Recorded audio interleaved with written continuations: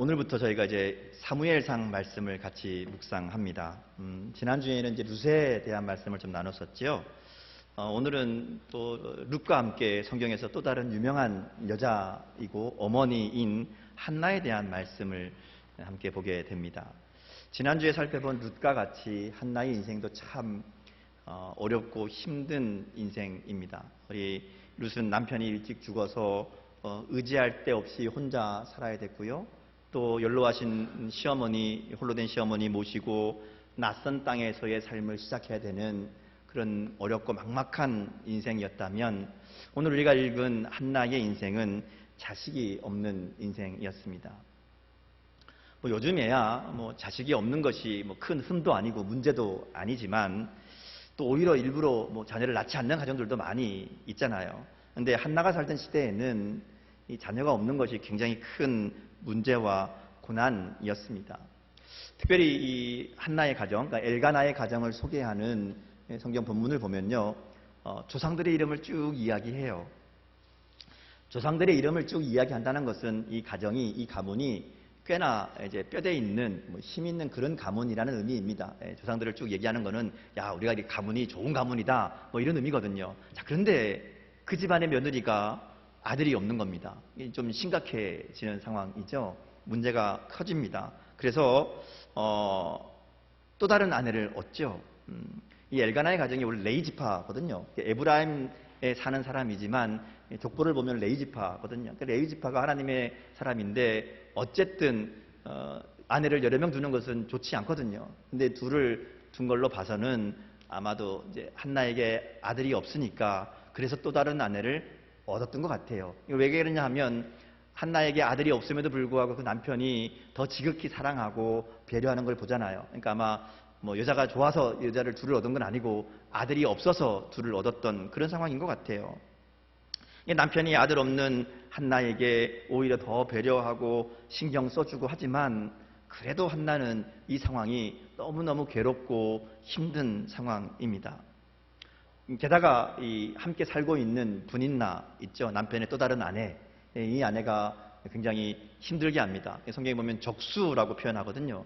이 적수라는 말이 원어의 의미를 보면 고통이라는 의미입니다. 그러니까 말하자면 고통 분인나인 거예요.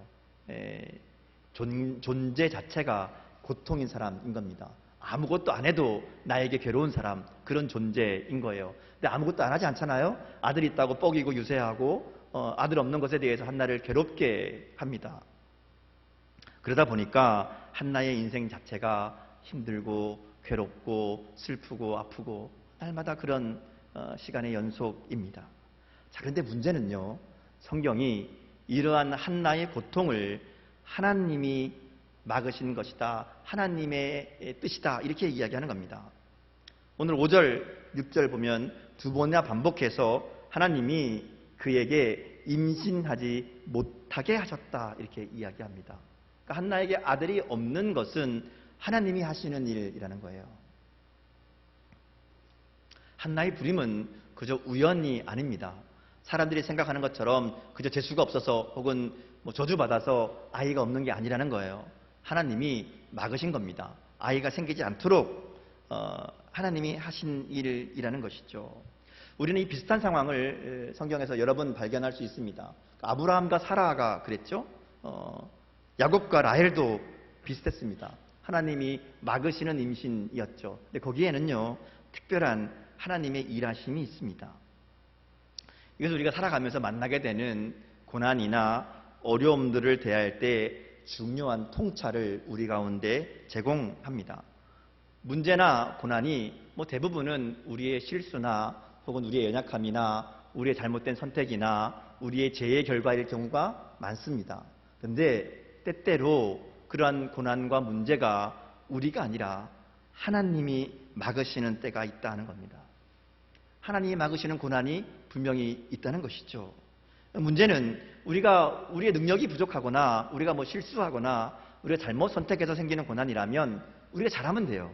그죠? 다음에는 안 그러면 되고 잘 처리하면 되는데, 문제는 하나님이 막으시는 고난일 때입니다. 하나님이 막으시는 고난에는 정말로 답이 없습니다. 우리가 해결할 수 있는 방법이 없어요. 애를 쓰고 노력하고 힘쓴다고 해서 문제가 해결되는 게 아니죠. 하나님이 막으시는 일이기 때문에 그렇습니다. 오히려 그런 일을 더 내가 어떻게든 해결해 보려고 힘쓰고 애쓰다 보면 더 낙심하고 더 괴로워지고 결국에는 신앙마저 흔들리는 그런 위기 가운데 처하게 될 때도 있다는 것이죠.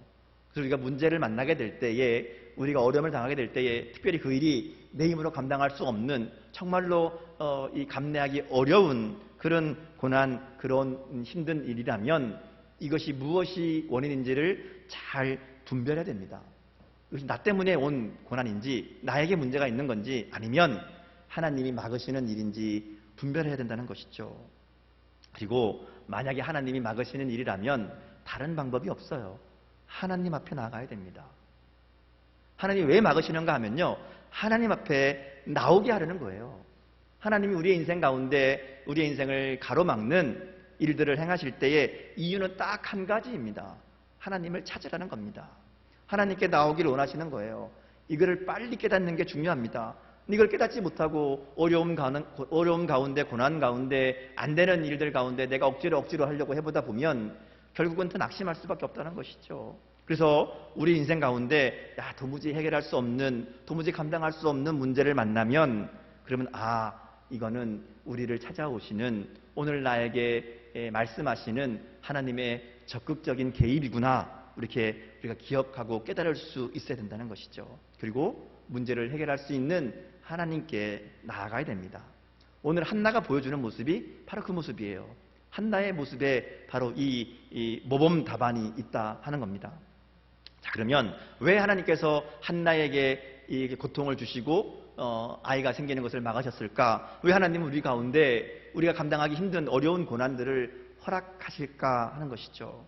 한나의 이야기를 보면 우리는 그 결말을 알고 있어요. 그래서 한나의 결말을 보면 하나님 왜 그러셨구나 생각할 수 있습니다. 한마디로 말하면 하나님은 큰 그림을 그리고 계셨습니다.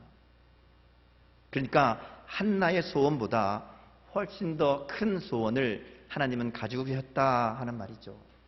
여러분, 한나의 소원이 뭐였죠? 한나가 원하는 것, 아들이 생기는 겁니다. 아들만 있으면 다 해결될 거다, 이렇게 생각했죠. 그런데 하나님은 한나가 그저 한 아이의 어머니가 되는 것으로 끝나는 것이 하나님의 계획이 아니었다 하는 겁니다. 하나님의 계획은 그저 한 아이의 어머니가 아니라 위대한 민족의 지도자를 키워내는 그런 위대한 어머니가 되려는 데에 하나님의 계획이 있었다는 것이죠. 그리고 한나를 통해 주신 그 아들을 통해 이스라엘 민족을 구원하고 이스라엘 민족을 하나님께로 인도하려는 그 계획이 하나님께서는 있었다 하는 겁니다. 그래서 단순히 하나님 나에게 아들 하나만 주시면 내가 행복하겠습니다 라고 말하는 한나에게 아니다, 나는 너를 통해서 이 민족을 이끌어가는, 이 민족을 구원할 위대한 지도자를 너에게 네가 키워내게 할 것이다, 이것이 하나님의 계획이었다는 겁니다. 그리고 그러한 훌륭한 신앙의 어머니가 되기 위해서 한나에게 고난을 허락하신 것이다 하는 겁니다. 오늘 우리가 구하는 거 보면 대부분 비슷합니다. 한나는 아들이었지만 우리는 대부분 구하는 게 재물입니다. 하나님 돈 좀 많이 벌게 해주세요. 또는 좋은 직장, 그런 거죠. 또는 건강을 구합니다. 또 가족의 평안과 행복을 구하죠. 거의 다 비슷합니다. 근데 하나님은 다른 생각을 가지고 계실 때가 있다는 겁니다. 물질이나 건강이나 가족의 행복이 필요 없다는 얘기가 아닙니다.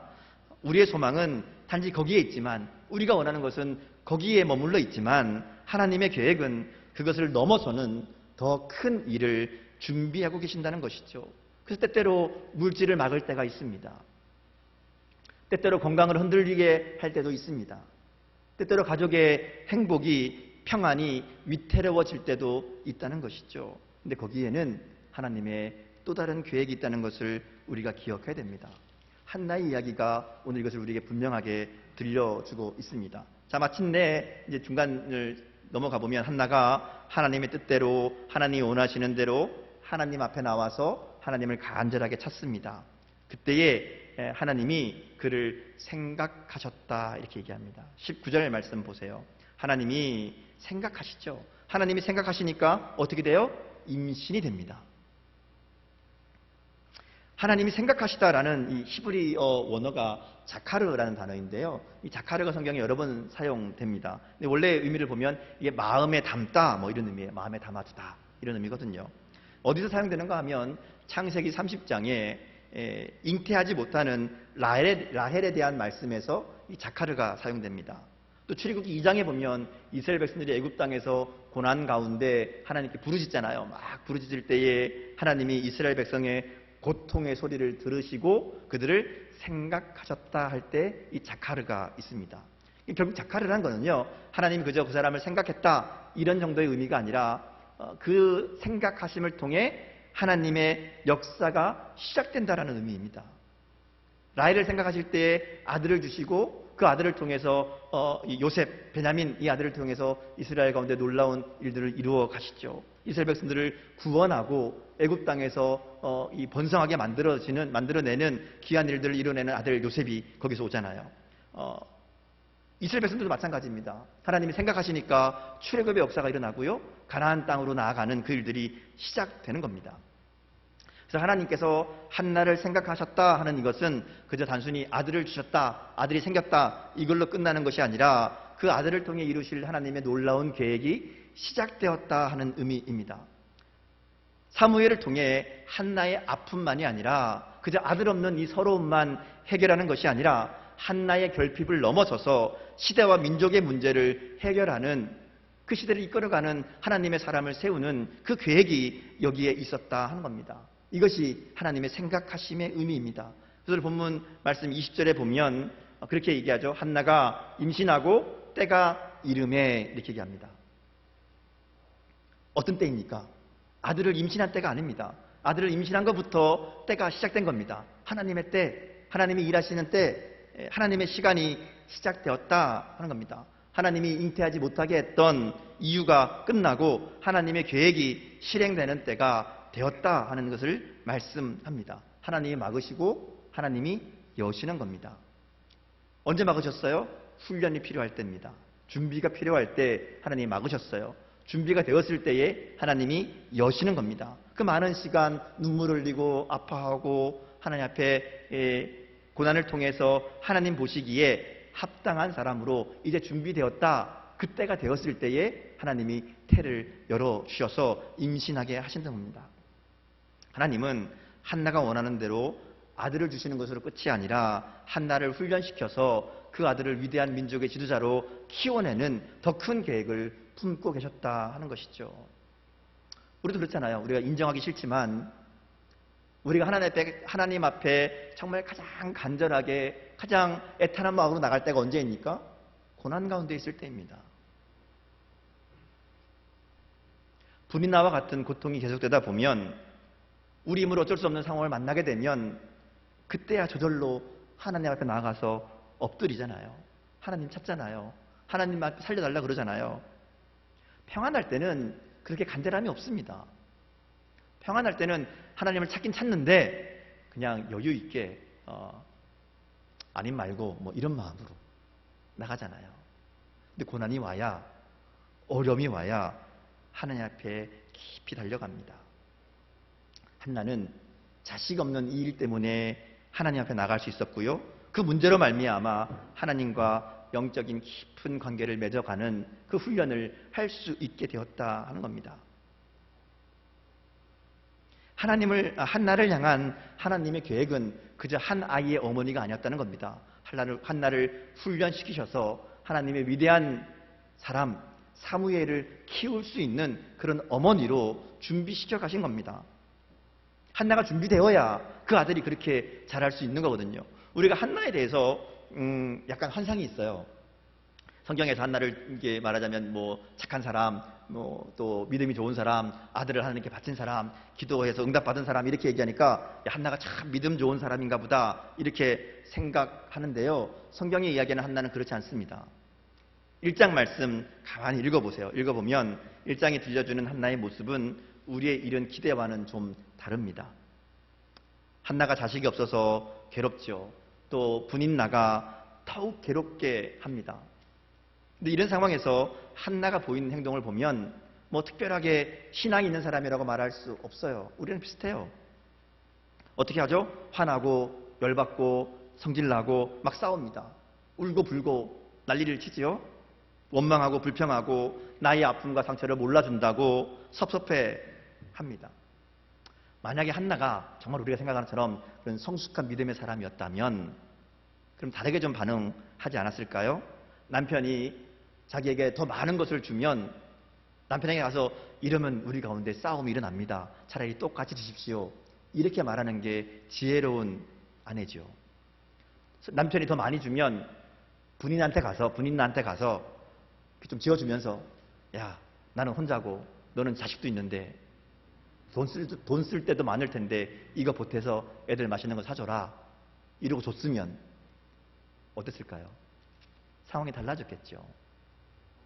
근데 한나에게는 그런 여유가 없었습니다. 하나님의 은혜도 없었어요. 그래서 어떻게 해요? 한나가 보이는 반응, 그것은 울고 먹지 않는 거였습니다. 그게 보면 울고 먹지 않았다 이렇게 얘기하거든요. 남편이 와서 달래고 얼러도 소용없어요. 승질내고 짜증내고 나 죽겠다 그러는 거죠. 그게 매년 때마다 반복됩니다. 오늘 7절 말씀 보세요. 매년 한나가 여호와의 집에 올라갈 때마다 남편이 그같이 하며 분인나가 그를 격분시키므로 그가 울고 먹지 아니하니. 한번 그런 게 아니에요. 매년 때마다 절기 때마다 예배 드릴 때마다 반복되는 일입니다. 절기가 되어서 제사를 드리러 가면 하나님 전에 나가면 우리를 얘기하면 예배 드리러 온 거잖아요. 예배 드리러 오면 감사하고 기쁘고 행복하고 막 이래야 되는데 갈 때마다 싸우는 거예요. 갈 때마다 울고 불고 죽겠네 살겠네. 예배만 끝나고 나면 난리가 나는 거예요. 근데 하나님이 그런 한나를 생각하십니다. 하나님의 구원의 역사가 시작되는 거예요. 이런 한나가 바뀌어가는 거예요. 어떻게 바뀌었는가? 오늘 말씀이 그 바뀐 내용을 보여줍니다. 오늘 말씀에 보면요, 이랬던 한나가 조금 달라지는 모습을 봅니다.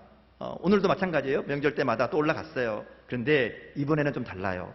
명절 때마다 싸우고 다투고 울고 불고 했는데 오늘 9절 말씀 보면 다르죠. 그들이 실로에서 먹고 마신 후에 한나가 일어나니 이렇게 얘기합니다.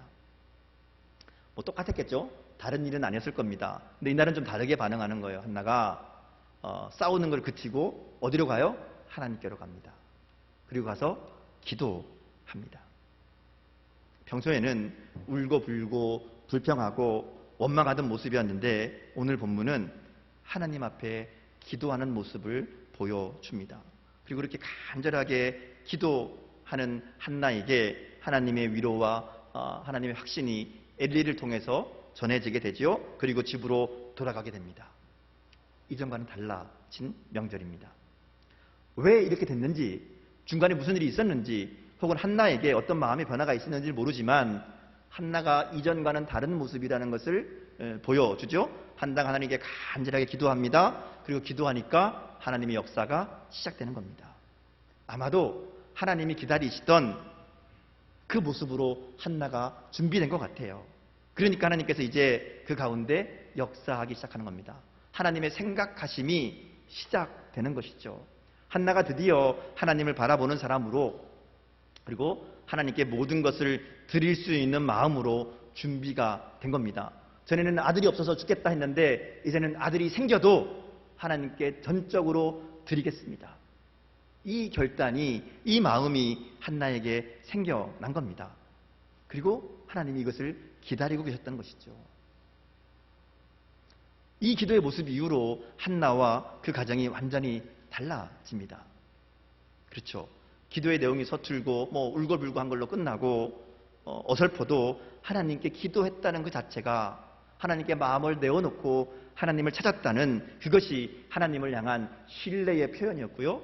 하나님을 그렇게 신뢰하며 나갈 때 하나님의 역사하심이 시작되는 겁니다.